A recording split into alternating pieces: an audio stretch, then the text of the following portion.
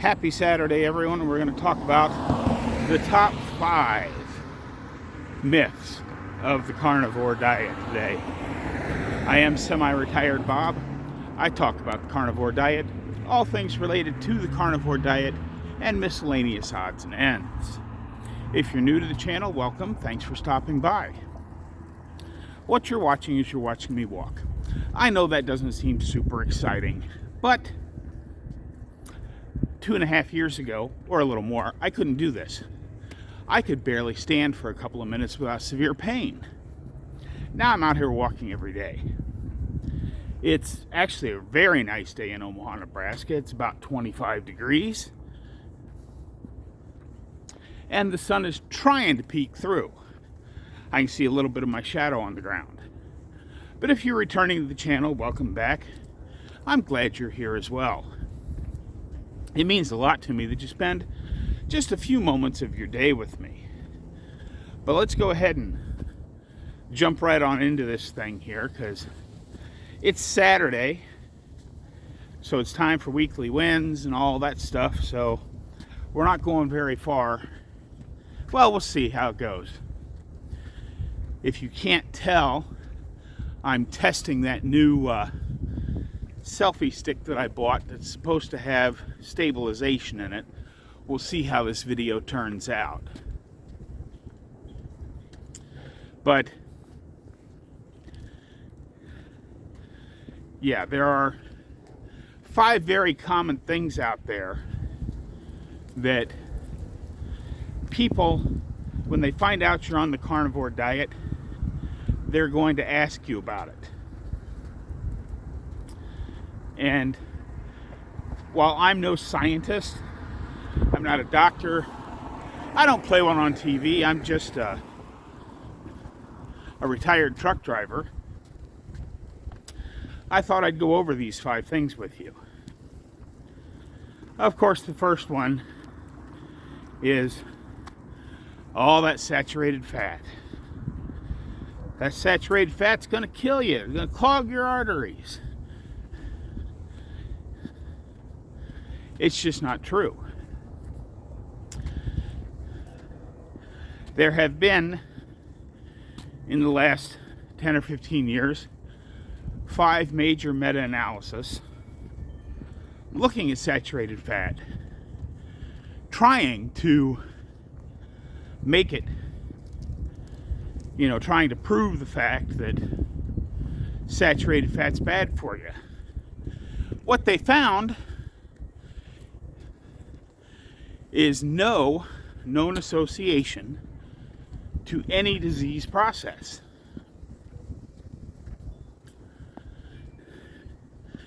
That's the opposite of saturated fat's bad for you. They say, as I've always said on this channel, associative data cannot prove causation. But it does work the other way around. If there's no association to be found, even in the poorest of studies, well, there you go. I can't tell if it's keeping me more stable or what, but we'll see. Let me know what you think down in the comments.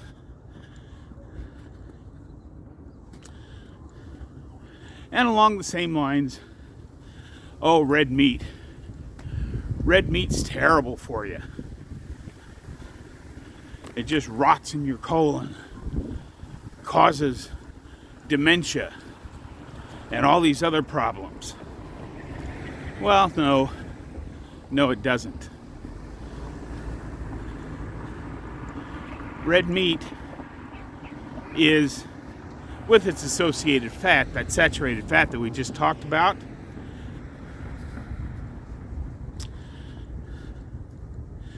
has every essential nutrient that we need in it.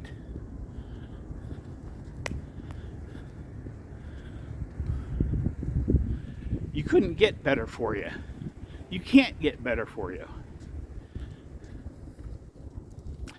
And as far as it rotting in your colon. Well, that's crap too. I invite you to go find the interview, it's been a couple of years ago, Dr. Barry had with a nurse whose job is to teach people how to maintain their colostomy bags after they've had major surgery, to where now they have to poo in a bag. And what she says is very telling.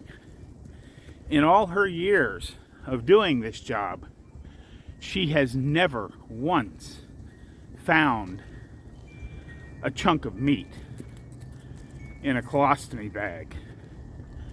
She has, however, found whole pieces of veggie. You can take that for whatever it's worth.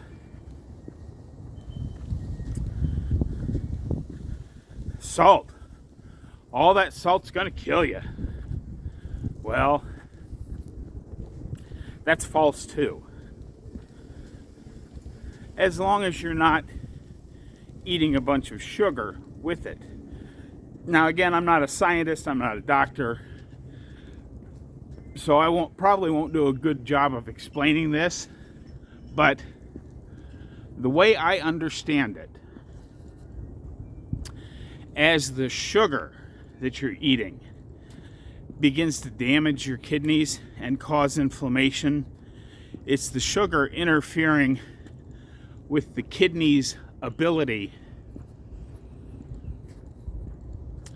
to process salt correctly and either flush excess out or hold on to it if you need it. Because salt's one of those essential things. If you don't have salt in your system, you die very quickly. And again, this is just my own personal N=1. I was trying to figure out just how much salt I've used in the last 2.5 years. And as close as I can tell, I have ordered Redmond's salt 10 times for myself, and a friend of mine hit my wish list and bought me a couple of bags of Redmond's salt. So I've gone through somewhere between 12 and 14 pounds of salt in 2.5 years. And my blood pressure, with no blood pressure medicine support, is still very, very good. I checked it this morning and it was 114 over 63. So that seems okay to me.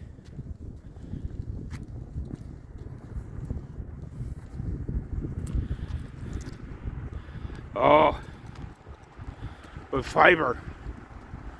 You gotta have fiber in your diet. Well, the exact amount of fiber that you need in your diet is not 1 gram. You don't need fiber. They'll say, oh, well, you're never going to be able to go to the bathroom if you don't have fiber in your system. Well, that's just wrong. No matter how you slice it, I can assure you that over the last 2.5 years, I've gone to the bathroom. It happens on a pretty regular basis.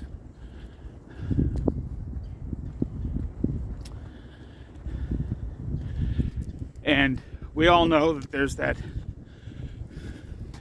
study out there that Dr. Mason talks about with the relief of idiopathic constipation symptoms. We can talk about that. I'm gonna have to get my truck worked on. It's leaking a little something. I think it's leaking antifreeze. But yeah, I just walked past the house there. I'm gonna go up this way just a little bit more because I'm not quite done talking to you. Because that final thing, the big one that everybody always wants to talk about. And I've talked about it already this month, being World Carnivore Month, but we're going to talk about it again. But vitamin C. Oh, you're going to get scurvy. You're going to be deficient. How are you ever going to get enough vitamin C? Well, believe it or not, there is enough vitamin C in meat, as long as it's not competing with sugar. Professor K likes to describe it as two big guys trying to get through a revolving door, since they're both taken up into the cell via the GLUT4 transporter. The bigger, fatter guy is almost always going to push the younger guy out, the smaller guy out of the way in a revolving door. So sugar is the bully. But as long as the vitamin C doesn't have to compete with the bully, sugar, to get into the cell, you don't need nearly as much as you might think. So it just doesn't happen. I mean, you can have all the theories you want about vitamin C and fiber and red meat and all that other stuff, but we have hundreds of thousands of N=1 experiments of people out there doing a carnivore diet and not getting any of these problems. So what are we to think? Does it cause problems or not? No, it doesn't. But as I said, it is Saturday. It's time for weekly wins. Go ahead and drop down in the comments and tell me what your weekly win is. And by the way, if you've hung around this long, how about you go ahead and hit that thumbs up button, drop down in the comments and say, "Hi, Bob." And if you haven't subscribed yet, by all means, please subscribe. All these things are absolutely free and help me get the word out that it's never too late to change your life. Now I'm going to have to go in and edit this footage and look at it and see if the $42 I spent on this selfie stick was worth the price. See if this footage is a little steadier. Let me know if you guys notice any difference. But the main thing is, don't forget, get out there, be 1% better. Today, tomorrow, every day. Have a great day, folks. I'll see you in the next one.